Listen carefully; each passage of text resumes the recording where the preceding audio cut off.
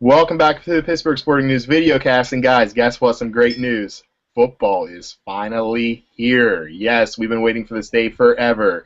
And I'm Michael Waterloo, of course, back again. Joining me is Mr. Matt Shetler, co-owner and lead columnist of Pittsburgh Sporting News. And then we have a newcomer, Mr. John Buffone. He's with Game Time PA out in the eastern part of Pennsylvania in Lancaster. And he's also the biggest Michigan State fan you will find today.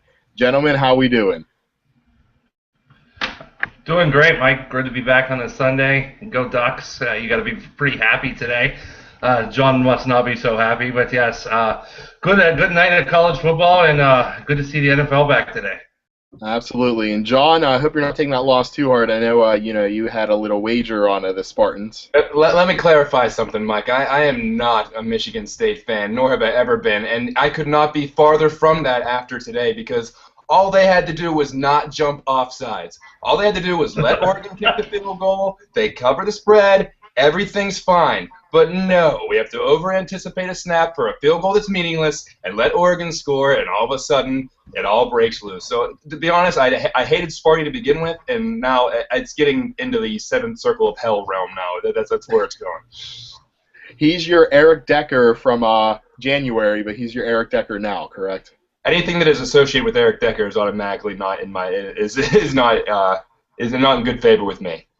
Bitter fantasy owner right there. But guys, we have a lot to talk about. We're going to talk about the Steelers and Browns, of course. We're going to make NFL pick 'em. We're going to do some fantasy talk, even though there's a lot of fantasy shows out there, but everybody in the world's coming to PittsburghSportingNews.com for their fantasy fix. We're going to talk some Pitt football, and we are going to talk some Pittsburgh Pirates. But as always, let's do our player of the week. And for the second straight week, it's going to be a Pitt Panther, and it's going to be Tyler Boyd this week, who caught 5 passes for 72 yards and 2 scores, including one of the prettiest touchdowns you'll see in double coverage. Very impressive, and probably in about 2 years we'll be talking about whether we're going to start or sit him in our fantasy team once he makes a leap to the NFL. So we're going to get into him a little bit later, Matt and I will. But first, guys, it's football time.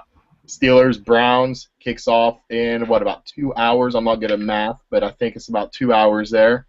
And off the top of my head, I think I remember seeing Big Ben is 18-1, 17-1 lifetime against the Cleveland Browns. So people in survivor polls and, Steeler fans all together, are they going to have a heart attack today, or can they, kind of lock in the Steelers for the big victory there, Matt? I think they can lock it in, and I really don't think the Steelers team's that good on paper. But like you said, Roethlisberger owns the Browns, and I just don't see how the Browns are. Even though the Steelers defense scares me to death, I don't believe the Browns are going to be able to sustain a lot of offense. I like what Roethlisberger and his offense can do. So I think the Steelers win, and Steelers Nation all of a sudden thinks this team's going to be great. It's not. But for week 1, I think they're going to be safe and happy. And, John, are you thinking the same thing out there at Eastern PA? Do you see a big win for the Steelers? Yeah, I don't know if you want to call it a big win. I think they have the advantage of this being week 1, and the Browns, they are still in complete disarray after 4 weeks of the preseason. They're still talking about, well, maybe Manziel will get in with this 2-quarterback system. And they have the offensive coordinator and the head coach saying, well, there is some merit to the 2-quarterback system. There's never been merit to the 2-quarterback system. There's never been a successful NFL team that says, we're going to run out there, and we're going to play Cordell Stewart and Kent Graham, and we're going to win a Super Bowl. So the fact that the Browns are where they're at right now is a big upside for the Steelers. I'm not sold on the Steelers team completely, but I think that they're playing the right opponent for week 1, and they should be able to take care of business. And you get. I mean, when you say not a big win too, when you start 0-4 last season, I think any win to start this season is going to be considered a big win for the Steelers, and even if it is against the Browns. So I tell you what, though, lose this game, and they could be in trouble right off the bat again. They do have one of the easiest schedules in the league. I got made fun of because I called it a cupcake schedule. But, Matt, you kind of went along with that in a column you wrote this week talking about the quarterbacks that the Steelers will be facing this year. They start off with Hoyer/Manziel or, Chris Leak, Tim Tebow split if you want to do that. Joe Flacco, Cam Newton, who has maybe one working rib. Josh McCown down in Tampa Bay, even though it should be who, John Buffone? Yeah, I know. Mike Glennon's your boy. Yeah. Yeah, Mike Lennon should be starting. And then you have, you have Hoyer Manziel again. You have the Texans and you have the Jaguars thrown in there. So I expect the Steelers to get off to a hot start, and people will start saying, "How many rings do you have again? How many rings do you have?" When really, look at the second half of the schedule, and that's when the Steelers' true colors will show. I expect them to go 9-7, 8-8 easily, just because their schedule sucks. And yeah, but if they lose today, I actually kind of hope they lose today just so I can get on Twitter and just see the reactions and the meltdowns just for my own entertainment. But in every single pick-em league that I have, they're my survivor pick this week. I figure this is a good time to use the Steelers. Really the only time you can use the Steelers this year is against Cleveland at home. So, yeah, I expect a big win. So far in the preseason, the punishment for Le'Veon Bell, LeGarrette Blount has been playing them every game and playing them throughout the game. Do you expect to see a 50-50 split throughout this game too? Do you see it going 60-40, Matt? Or do you think Blunt's going to be the goal line back, Le'Veon Bell do the 1 series, 2 series, then put Blunt in? They were punished strictly in Game 4 of the preseason. They each had 1 carry. So yeah, that's a heavy workload to have to go for week 4 in the preseason. But no, I expect Le'Veon Bell to actually be the workhorse here. I think he gets about 25 touches here in week 1. I think you're going to see LeGarrette Blount get about 10 touches overall.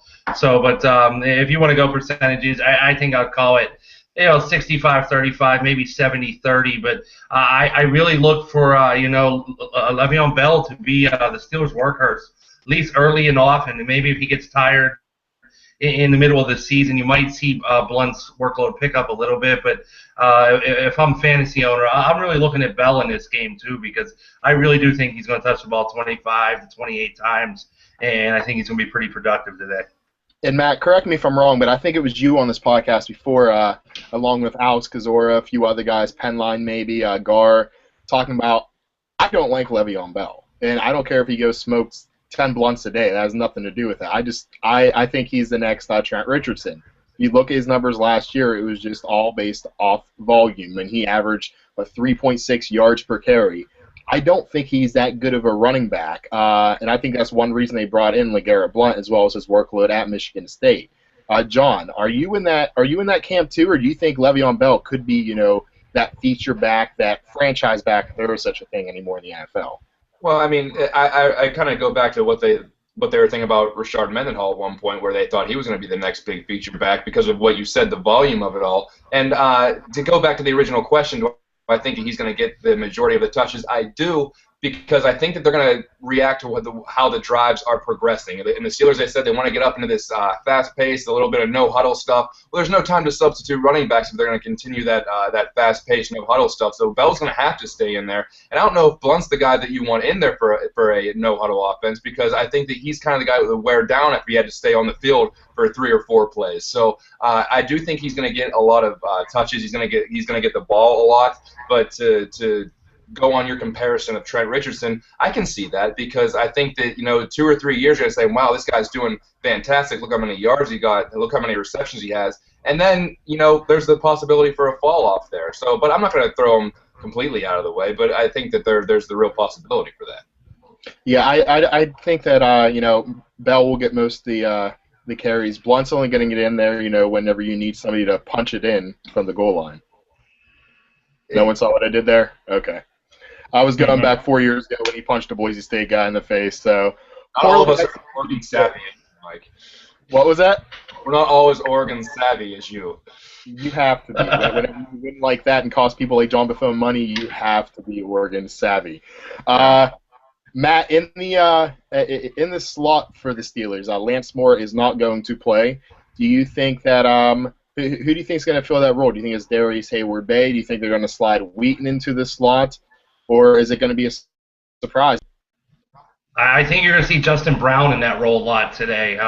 Steelers very high on him. It's where he's practiced a lot, at least the times I did some work up at camp, and Ben seems to have a good rapport with him, so I think you might see some different guys in there, but don't be surprised if when they go 3-4 wide receivers, you see Justin Brown on the field a lot today. I think there's a chance for this kid to really make an impression too, and if he does, I mean the Steelers are going to have great depth at the wide receiver position.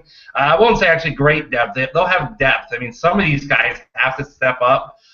Or to take this blanket coverage that Antonio Brown's going to see right off the bat. So if a guy like Brown, or you mentioned Wheaton, or really even throw Hayward Bay in the mix, if these guys can't make plays and make a lot of them, it doesn't matter who they're going to run out there because Antonio Brown's going to be seeing about 3 guys every play this year. But I look for Justin Brown to get a lot of reps today and maybe a surprise in this game. And you talk about Antonio Brown seeing 3 guys per game. That could very well happen. He wants that, people asked last year, is he number 1 receiver? He kind of put those questions to rest a little, even though I see a little bit of regression this year. But today against the Browns, they have one of the top cornerbacks in all the league, in Mr. Joe Hayden. Last year, Brown had success against Hayden. He didn't shut him down like he did a lot of the league. John, do you think the Browns are going to try to go one-on-one with Brown and Hayden again, or do you think they're going to have some over-the-top coverage, or what do you think they're going to do? Initially, maybe because they do have Hayden, but like most defenses do, or at least most good defenses, they adapt to what's going on. If they're sending Brown down, they're sending Brown on the go routes, and all of a sudden everything's complete, but they're giving him help over the top, and everything's open in the middle. Maybe they take away the top help, they kind of clear up the middle, and I look for Heath Miller to maybe have a big game here because if Antonio Brown is going to be stretching that defense out, that middle is going to be wide open. And I think a year off of his leg injury, he's coming back completely healthy. I think that he's one of Ben's favorite targets, and I think that he's going to have a big game. I think he's going to have a big year if he can stay healthy. But look for him to have a good amount of catches today because I think that middle is going to be open. And he missed that red zone target. Missed that red zone target all year last year, and Miller not being healthy. So I agree with John. I think he adds a whole new dimension to the Steelers offense. I think it's going to be pretty good and get off to a good start. But for me, it's all on the other side of the ball if they can make enough plays. Yeah, I'm with you there. I like Heath a lot today. And on the defensive end, Josh Gordon, who knows if he's going to be able to come back. There's a whole thing that the NFL agrees to the new drug policy.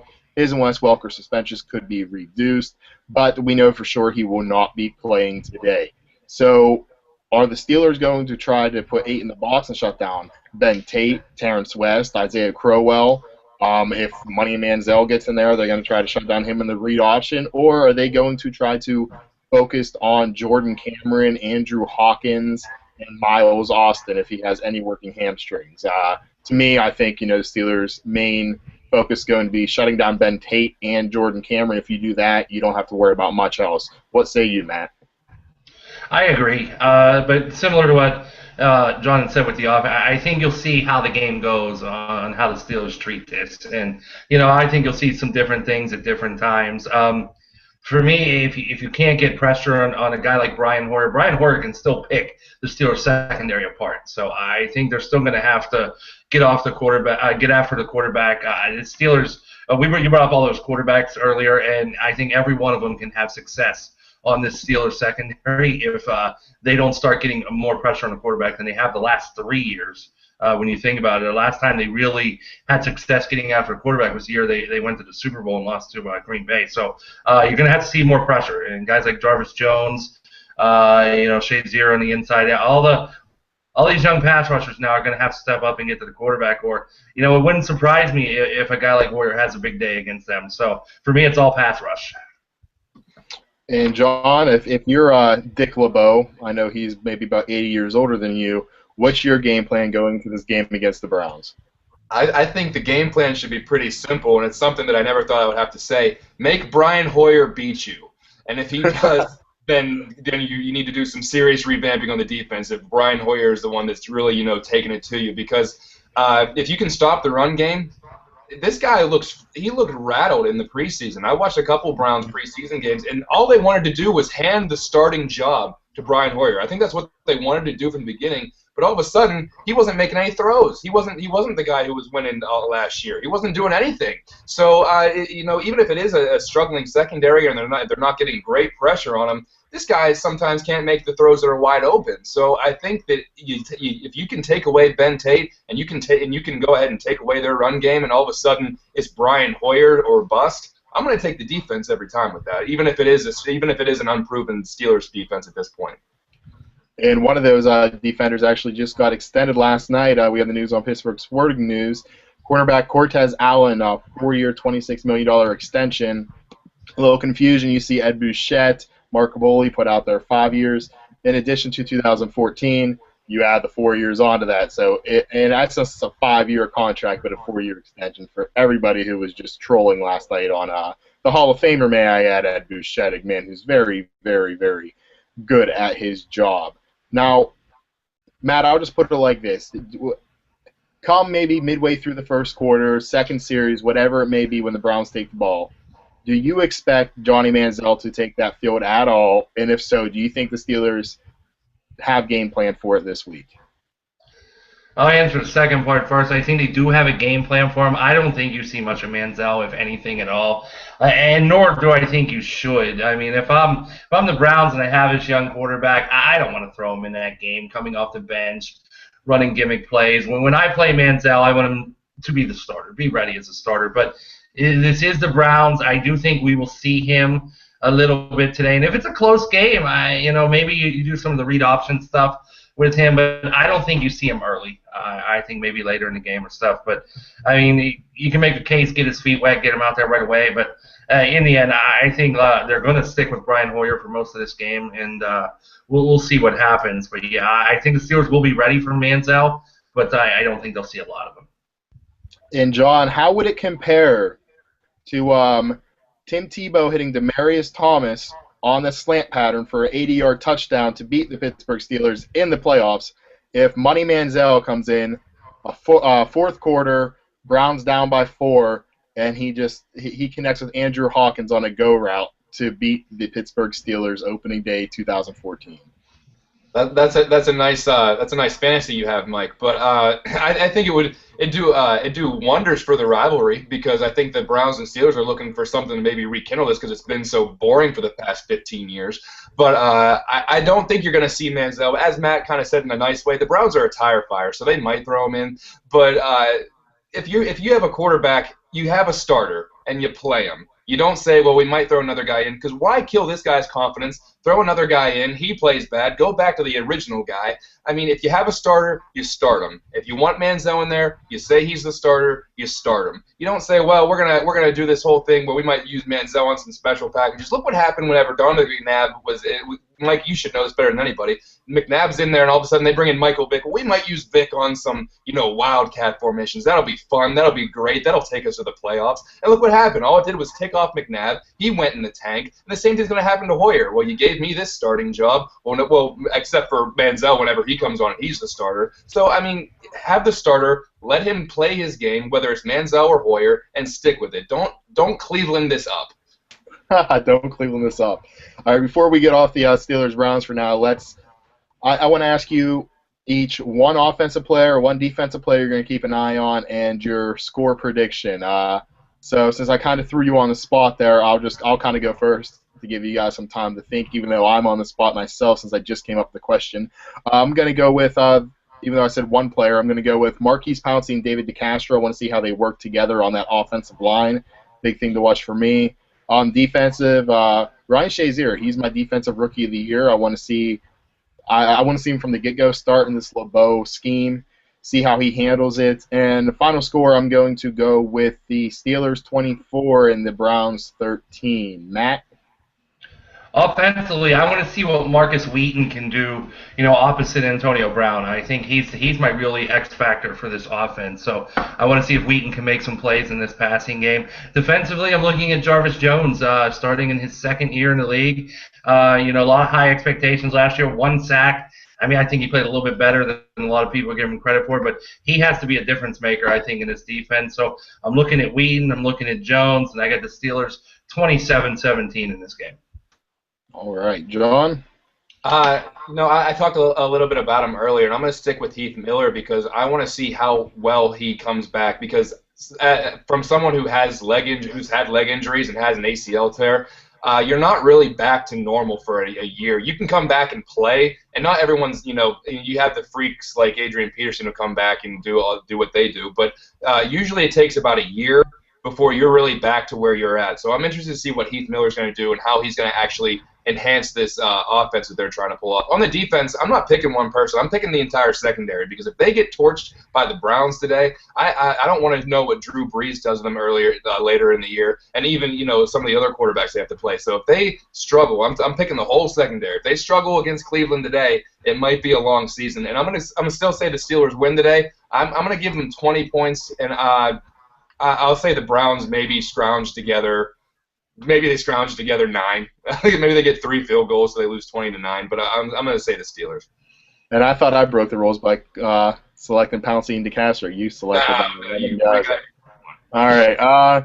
So let's do a little pigskin pick'em, I guess, if you will. We kind of ripped that off from a million sites out there, so go ahead, sue us. I guess first we'll stay in the division. We have the Bengals at the Ravens. I'm going the Ravens over the Bengals. Tough place to play. Dalton has struggled notoriously throughout the division, so I'm going to go Ravens. Matt? I also go the Ravens. Very tough at home team, and so I like Baltimore to win this game. I think they've made enough improvements over the course of the last couple of years, so I actually think Baltimore is going to rebound a little bit from last year. John? Not just because I played this in my Madden franchise last night where Cincinnati actually won, but I'm actually going to take Cincinnati because I'm not sold on what the Bernard Pierce running the ball for Baltimore. I think that Cincinnati has all of the tools to be a great team, and I think that, except for their extraordinarily average quarterback, they're really good everywhere else. So I think that they can go in and win this game, especially when the Ravens are a little short-handed in the running game. And I think up front, Cincinnati actually might have an advantage there. So I think that at the end, I think it's going to be a close game, especially with Baltimore home. I really think Cincinnati can win this on a last-second field goal, though. Love me some Andy Dalton. I really do. And John, this one's for you, just because you're a huge fan. The Buffalo Bills at the Chicago Bears. I really have nothing to say except the Bears, Mark Trestman's offense, and I guess really the better way to put it is the Bills. So, yeah, I'm taking the Bears. Matt? Yeah. I'm also taking the Bears. I love what Marshall and Jeffrey can do to this secondary. I think the Bills have problems all over the field, so I actually like the Bears. I like them big, too. John, go ahead. We talked about how devastating a loss the Browns would, a loss for the Steelers would be against the Browns. This is exactly the same thing if the Bills were to beat the Bears today, because from a lifelong Bears fan, you look at this team and you're like, the offense is loaded, and the defense, we bring in Jared Allen and Houston and Willie Young, and we draft Fuller. And they still look terrible in the preseason. Their run defense looked awful. But that being said, it's the Buffalo Bills, so I think that they're gonna win this game. Hopefully the defense clicks as the weeks progress. But I'll take them. But you know what? I'm only gonna take them by about 10. That's the inner fan talking in you right there. They're just going to annihilate them, whether it's Kyle Orton or who you know very well from Chicago days, or EJ Manuel. All right, let's look at another one here. A very exciting game. Hopefully it will be the Saints at the Falcons. The Saints always do better indoors. They have 11 indoor games this year out of their 16 games. I expect big numbers. Everybody thinks it's going to be an offensive shootout, and it very well could be given the high-powered offenses that they have, except the Saints, I believe, against the pass last year in the NFL. But they have the tall task of shutting down Roddy White and Julio Jones, as well as Matty Ice. I am going to take the Saints by 10. I think they score a late field goal to kind of ice it, and they unveil their brand new toy in Mr. Brandon Cooks today. Matt? I actually like the Falcons to be better than last year. Actually, significantly better. So I'm going to take the Falcons at home, even though I have a huge grudge against Matt Ryan right now. So I can't believe I'm doing this. But, yeah, I'm taking the Falcons, and I think it'll be a very good ball game. John? Everyone used to say you can't beat Matty Ice at home, but I think he's going to lose today. I think that the Saints have actually shored some things up on defense, which I think is going to be the determining factor. And then whenever you have that offense clicking on all cylinders, like I expect Drew Brees to have, I think the Saints are going to win. And I think they win by 6. All right, let's do 2 more here. The big game on. We should save the Steelers. If I was a professional, I would have saved the Steelers game for last, but I'm not. So let's go with the big game tonight. The master versus the teacher, even though he never played against them, played with them. Indianapolis Colts at the Denver Broncos. I like the Colts a lot this year. Saw some people have them as their Super Bowl team. They should run away with that division, except Jacksonville is going to be very good and make the playoffs, mind you. But no, John, that's a dead serious prediction I made. So I am going to take the Denver Broncos winning it. Emmanuel Sanders is going to look very, very nice next to Demaryius Thomas, and Monte Ball is going to show that he's the real deal. And by real deal, I mean any running back that plays beside Peyton Manning. Matt? I like the Broncos also. I just can't, I love the fact that everybody's jumping on the Andrew Luck train, but I just can't see this team stopping enough people this year to be a legitimate Super Bowl team. So I like the Broncos as well. I think Monty Ball has a big day running the ball against his defense. So for me, it's Peyton Manning and company. And John? I'm taking the Broncos just because you give a guy like Peyton Manning 5 or 6 months to prepare for the Indianapolis Colts. He was thinking about this game probably in March, so I think that he's going to have this figured out. Whether Wes Welker's there or he's not there, or what have you. I think the offense and the defense are better. They have a better offense. They have a better defense. Got to go with Broncos. All right, and the last one here, I was going to go with the Lions and Giants, but I think we would all take the Lions there because the Giants just suck. So let's go with the Chargers at the Cardinals instead. Minus Andre Ellington. You have a playoff team last year for the San Diego Chargers, and then you had a playoff team if they were in the AFC, I believe, for the Arizona Cardinals because they had an outstanding record. Oh, yeah, John, the Arizona Cardinals, who are going to be the NFC West champions this year, and Arizona Cardinals, with my man crush Carson Palmer and Michael Floyd. So without further ado, I think I just said it all right there. I hate Phillip Rivers. I think he sucks. I think he's very bad. As you can tell, I'm very objective, but he's so bad. He has one good year in the past 3, and everybody wants to crown him again as the king of the world. So, Phillip Rivers, you suck. I'm going to go with Carson Palmer and the Arizona Cardinals by 37 points. Matt? Yeah, I think Phillip Rivers sucks too, and I can't count on him having 2 good years in a row. And you know what else sucks is the Chargers secondary. So I think the Cardinals win. I think Carson Palmer is a pretty good year. So I'm going with Bruce Arians and the Cardinals, minus Andre Ellington. If he doesn't play, I still like him. And John's heartbroken over Andre Ellington. Let's see how he holds together during this.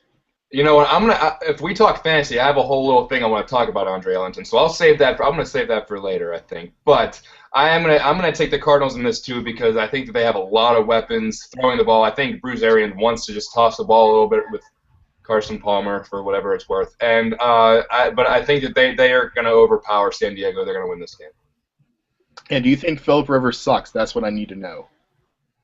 Yeah, he lost a lot of points with me when he wore a bolo tie, so I got nothing. I can't respect somebody wearing a bolo tie to a press conference. So, and some people say YOLO, he says bolo. Well played.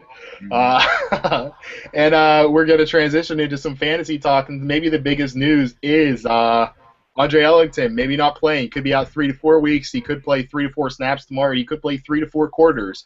We don't know, but I know John is kind of heartbroken because him, myself, and going bald analyst on ESPN, Mr. Matthew Berry, he was all in on Andre Ellington as well. So, John, the floor is yours.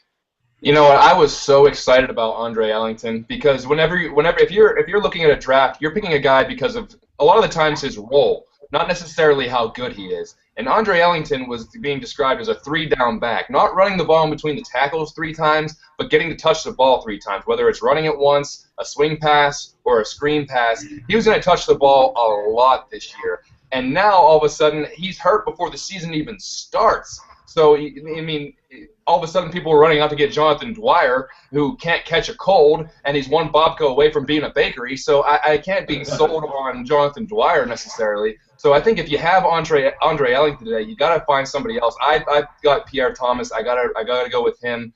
But this is going to be one of those guys who it's like I have to check every other hour to see if he's hurt. This week it's a foot. Next week it could be his face. It could be his finger. The next week it's going to be one of those guys where you are so excited about, and then week one it's like, oh crap, what did I get into? Because now I'm on 24/7 Andre Ellington watch.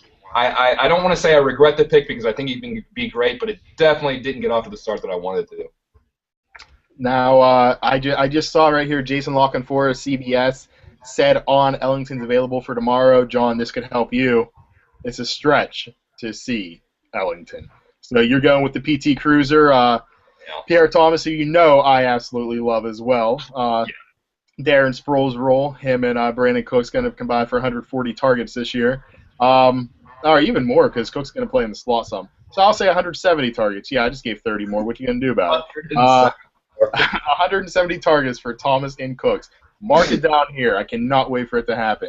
Okay. So, Matt, you had a conundrum earlier where you texted me and you said, do I go with Tom Brady against Miami or do I go with Jay Cutler against Buffalo? And I'm on Cutler. I love Cutler. Have him in 5 different leagues as my quarterback. Love Cutler. However, I'm going Tom Brady. I'm going the proven guy because of Mr. Rob Gronkowski. So, Matt, which way are you leaning on that struggle now? I might be leaning the other way to Cutler. I just like having Marshall and Jeffrey there. Gronkowski limited snaps today. Brady's also, he was listed as questionable coming in. I've been leaning on Brady for years, and I've been expecting one last good year this year out of him. So I don't know. I'm still torn, but Gronk, kind of only going to see a few snaps today might really impact the way I look at Tom Brady this week, especially against a Dolphins team that he typically doesn't put good numbers up against, at least the last few years. A little pedestrian-like stats against the Dolphins. So, if you're in a situation where you have Brady, all week, I didn't even think about it till today, but now I'm thinking about in all the leagues I have him going with other options. Cutler, Ben Roethlisberger might be an option in one league. So look at your backup, and I wouldn't necessarily just go ahead and throw Brady in there just because he's Tom Brady. Like I said, if you look at the past few years against the Dolphins, it's been a little tough sledding for the Patriots. I expect them to try to run the ball a little bit more, and you take one of his big weapons away, and you're just not so sure how the Patriots receivers will respond. So definitely a tough situation for Tom Brady owners. Yeah.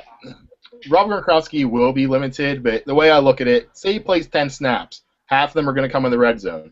Would either of you guys be shocked if he had 3 catches for 9 yards and 3 touchdowns? I wouldn't because it's Rob Gronkowski. Is it a stretch a little bit because I'm me and I like making stretches? Absolutely. But I wouldn't be surprised at all. So, and the main thing about the Dolphins is Deion Jordan, University of Oregon, is out the first 4 games for using performance enhancers, and he was the one who was covering Rob Gronkowski before he got hurt last year, and he shut him down. So I don't mind Tom Brady. I trust him. And as far as Jeffrey and Marshall go, I'm pulling a stat out of the air here, and there's a 99% chance it's wrong, but I think that the two of them only had over 10 combined fantasy points in standard scoring leagues in 5 games last year. Is either one or the other, one or the other, one or the other. So, that helps Jay Cutler owners, but that's the one thing that you wanted to think of going into your draft, owning 2 wide receivers on the same team, because where they were falling, there's a chance you could do it. If it's Roddy White, Julio Jones, okay, but Jeffrey Marshall, just what we saw last year, I don't know if I really like that much. John, let's talk about the 4 big running backs here. If you had a top 4 pick, I know you're in a keeper league, but try to think among everybody else here. You have Jamal Charles, LaShawn McCoy, Adrian Peterson, Matt Forte. Who has the highest ceiling there? Who has the lowest? Who has the highest ceiling? Who's the safest play? I guess we should say. The safest play, I'm gonna have to go with LaShawn McCoy just because of just the offense that he's in. I just think that it's so built around him, and getting them the ball, whether running the ball or swinging it to them, and just the volume of plays that they run, there's more opportunities for him to rack up fantasy points. So I just think with the amount of plays they run and the amount of times they get him the ball, he's a very safe play. The most upside, I want to say, is Jamal Charles and Andy Reid's second year as a coach in Kansas City, because he, as Mike, as you know, in that Philadelphia style offense that they had before, it was based around the Donovan McNabb to Brian Westbrook kind of thing. And I think that with another year under his belt and with the lack of receivers in Kansas City, especially with Dwayne Bowe being suspended, and the next best thing is all of a sudden Donnie Avery, I think that he has the most upside because he could be all they have. It's not like Alex Smith is gonna go deep and chuck it. So I think you're gonna see a lot of dump offs to Jamal Charles. You're gonna see a lot of offense run through him. I think he has the most upside. But if I had to pick between Shady McCoy and him, I'd still go McCoy.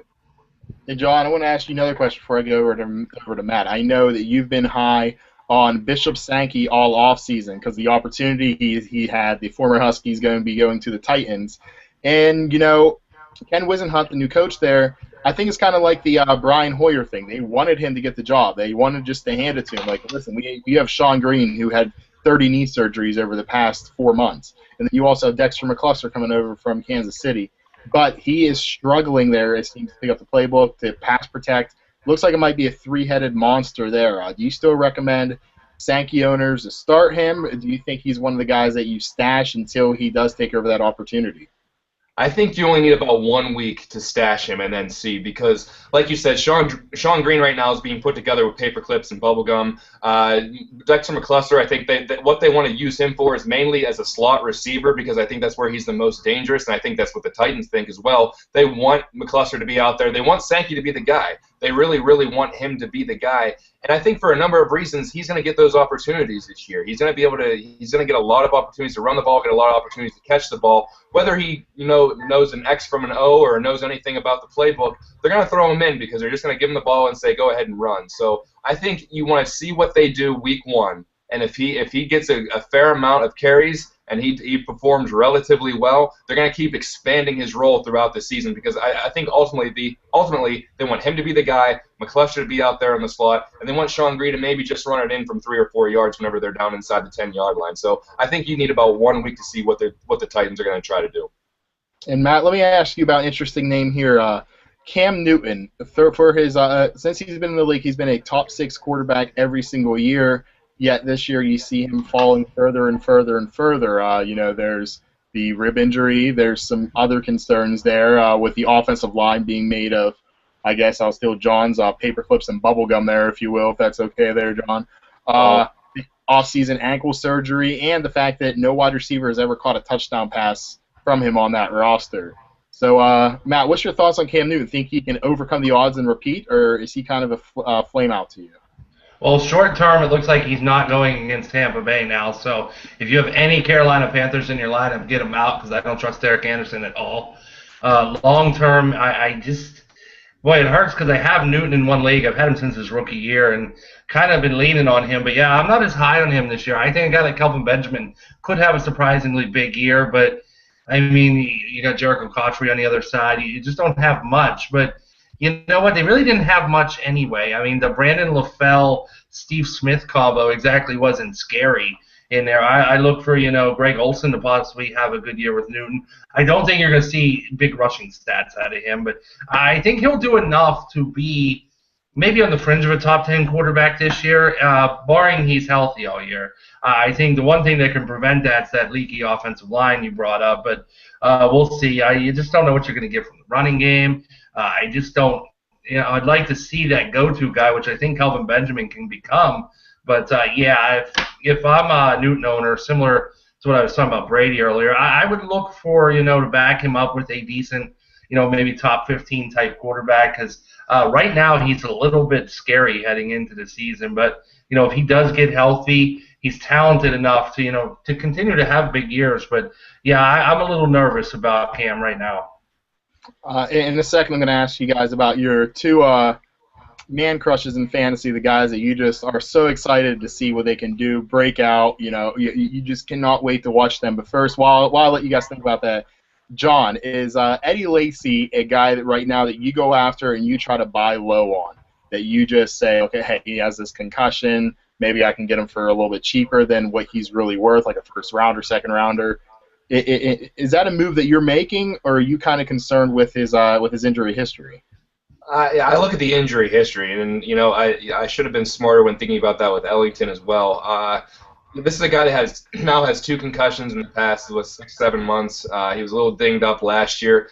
This is a style of running that gets you 3 years in the league and you're done, because he's a full on lower the head and try to run you over. Well, guess what? That only gets you about 1 solid year anymore, and all of a sudden you're out of the league or you're bouncing around. The days of Earl Campbell running people over for 10 years are gone, and just because of the people are stronger, faster, bigger.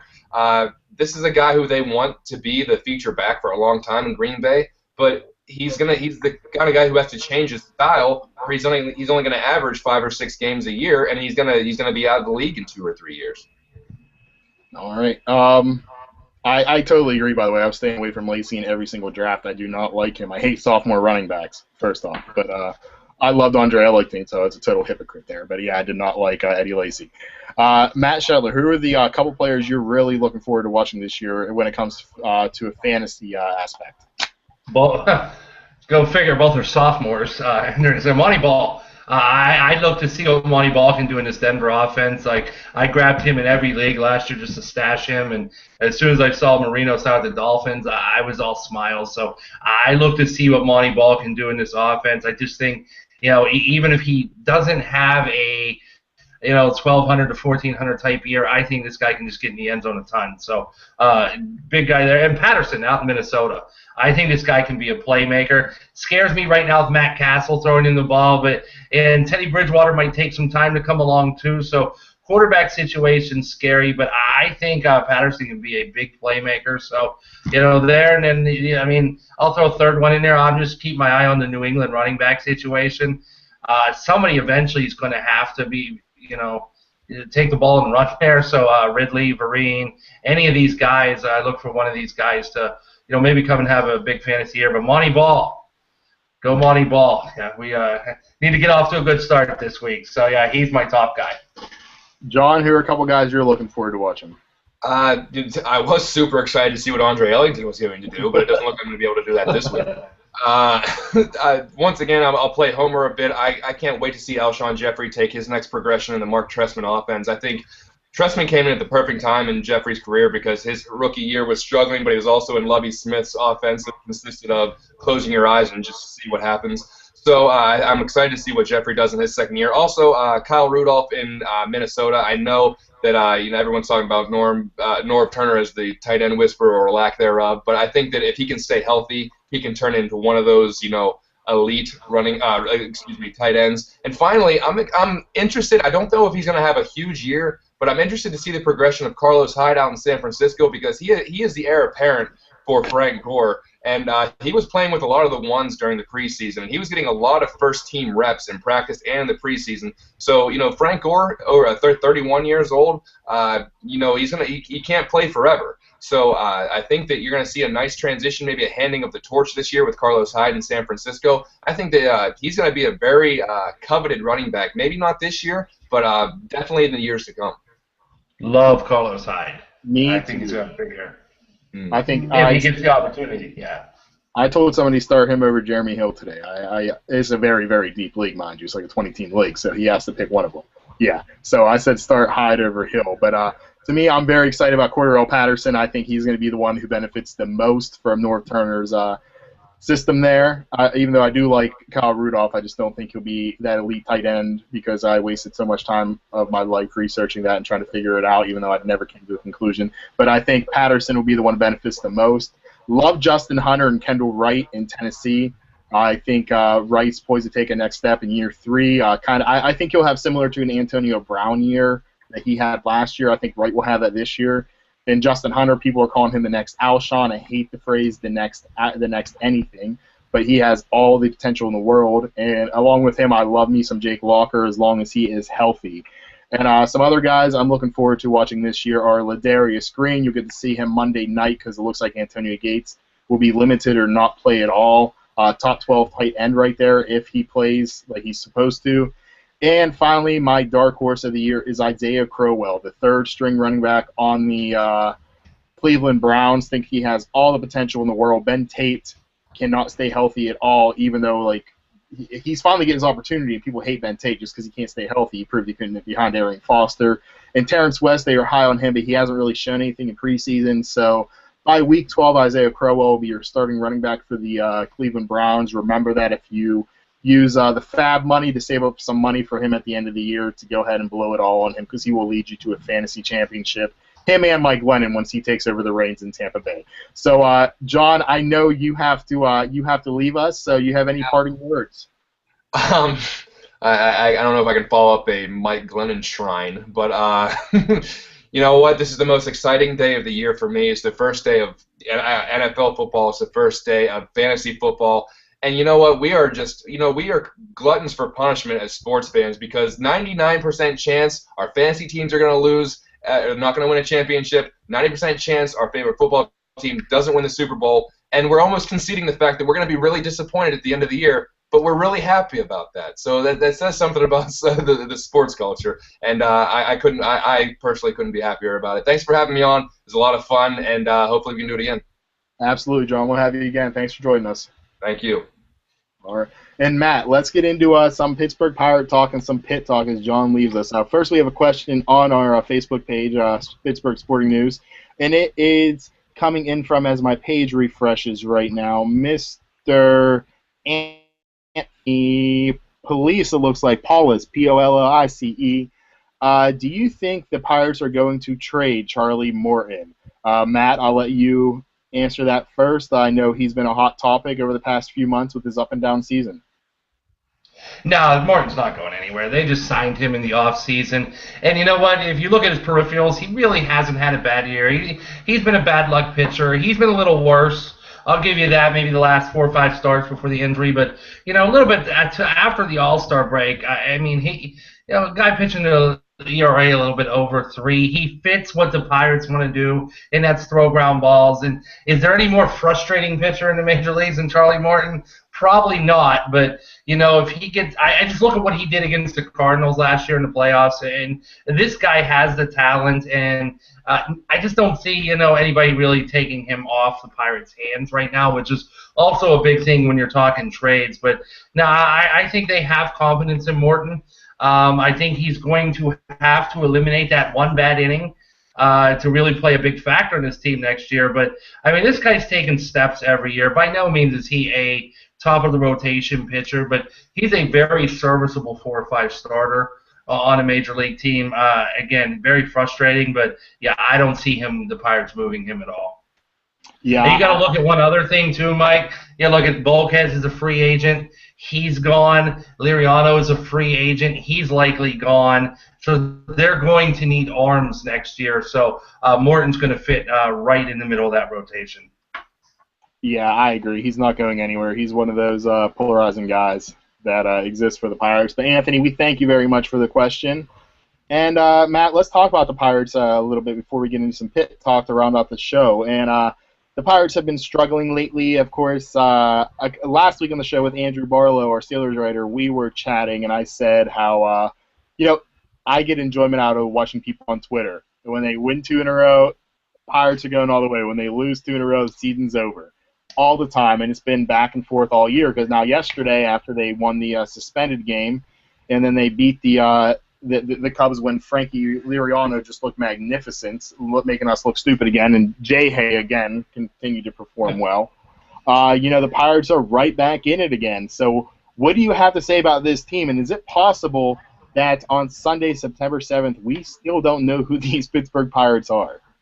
No clue who this team is still, man. And, that's not necessarily a bad thing, but what you do know is they're going to come out and play hard. They play with heart. And, whether that talent to me is usually the main thing that wins in really any sport, but there's something to be said about this Pirates team. And every time it's been 8-9 times this year, you just want to bury them, and they come right back. And I just think the next 5 games or so, Phillies and Cubs, they just really need to take 4 of the next 5. And then, I'm still not giving them a chance at the division. But, man, you enter with everything that's gone wrong, with all the injuries. Pedro Alvarez having a bad year. Liriano and Cole not delivering at the beginning of the year. And the list goes on. You wake up on September 7th and you're a half game out of the second wild card spot. And, I just don't think there's anything to complain about. I mean, this team on paper, you can't really make the case that they were a World Series contender coming into the year. But to be where they're at right now, I think says a lot about the guys in that clubhouse. And, hey, what do you got here? About 3 weeks left? Yep. And you're in the perfect spot. You can really control your own destiny. So kudos to them. And, yeah, I have no clue who this Pirates team is. And that's really odd because, you can look at pretty much every team up and down the roster. And, you think after 2 wins like yesterday, you know what this team's about. And you just don't. It's been someone different all the time, which is a good thing. But ultimately, I think their top players need to get hot. I think they need to carry this team, and you just got to keep getting the best pitching you can get and cross your fingers. So hopefully the bullpen keeps up, and 3 weeks you control your own destiny, and you're right where you need to be right now on September 7th. Now you're, I guess I'll put you on the spot. Do you think that the Pirates are going to make the playoffs? Yes or no? Oddly enough, I do. And, everything to me, and, you're a stats guy just like me, and we really dive into this stuff. And there's really nothing about this team, and, me and you both were on Josh Harrison badly. And, there's nothing about this team that suggests this team should be where they're at right now. And, they just continue to, get back up off the canvas when they're down. And, I really think they're going to end up winning that second wild card spot. And I just have no reason to back that up, though. I usually am the guy that has all the numbers and that, and there's just nothing makes sense about this team this year. So, yeah, I really do think they're going to somehow, and it's not going to be easy because, after this last homestand here coming up, or excuse me, after this, little weak part of the schedule, they're going to have to beat some good teams to get in. But somehow, I've been saying no most of the year. Somehow, I think they're going to squeeze it out and get in.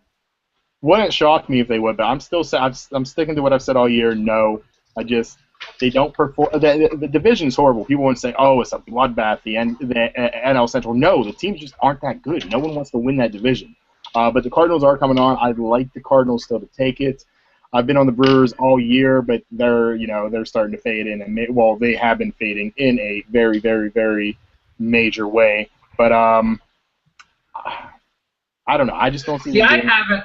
I'm just the opposite. I've been saying all year this collapse was coming from the Brewers. I just did not like that pitching, and it happened. So I still, even though I agree with you, I don't think this division was that good this year, but I still felt it was going to come down to Pirates Cardinals, and I think the Cardinals are a much better team than the Pirates. But yeah, I mean the Brewers can still get hot these last 3 weeks, but I just never was looking at the Brewers. To me, it was Cardinals, and they had their chance. They were right on the Cardinals' heels. And, losing those 3 games in St. Louis, I think, really hurt the Pirates' chances. But, you win today, you take 3 or 4 from Philadelphia, and you're right where you need to be. Yeah, it's going to be an interesting ride, to say the least. I can't wait to see what happens. You mentioned that let's talk about the outfield real quick, I guess. Starling Marte is entrenched there. You know that Andrew McCutchen's going to stay there. Is Clint Hurdle going to keep playing the hot hand in right field? Is he going to keep going with Andrew Lambeau, then Gregory Polanco, and then Travis Snyder if he starts once he gets back to what he was doing a few weeks ago? Is that what you see, or do you think one of these guys is going to emerge as the full-time player out there? You don't emerge as a starter on September 7th. I just think, they played the hot hand all year, and I think that's what Hurdle's going to continue to do. I personally would like to see Polanco out in right field. And actually, I like Andrew Lambeau right now. I think his approach is people wrote Andrew Lambeau off. He had 30 at-bats last year. And, I'm not saying the guy's going to be a star, but you just can't tell a guy in 30 at-bats. And I think he can be a useful guy down the stretch. I liked his approach so far at times since his recall, but I still would like to see just run Polanco out there. I doubt that happens. I think Hurdle's just going to continue to play matchups, play the hot hand. But, I mean, you look at that outfield for the future, it looks great. But eventually you're going to have to settle on a right fielder, I think. I don't think, say you do get into the playoffs, one game, you're picking your right fielder out of a hat. because it appears that way a lot to me. So we'll see what's in store. But, yeah, for me, you run Polanco out there and you live or die with him. I'm with you, and I wrote that article before the season started saying, people were giving up on him way too much. Andrew Lambo, because he had that limited role last year, you didn't really get to see what he could do in 35 at bats or whatever it was, and he's getting the shot, but to me, he is still just a bench player for now, and you have to put Polanco out there. He is hitting that rookie wall like we thought he would, Matt. At least we can say we were right about that one, and he wasn't up here the next Ken Griffey Jr. or anything right away, just going off. That he did have his growing pains and whatnot, but. When you say you look at Lambo and he's just a bench player, there's nothing wrong with that.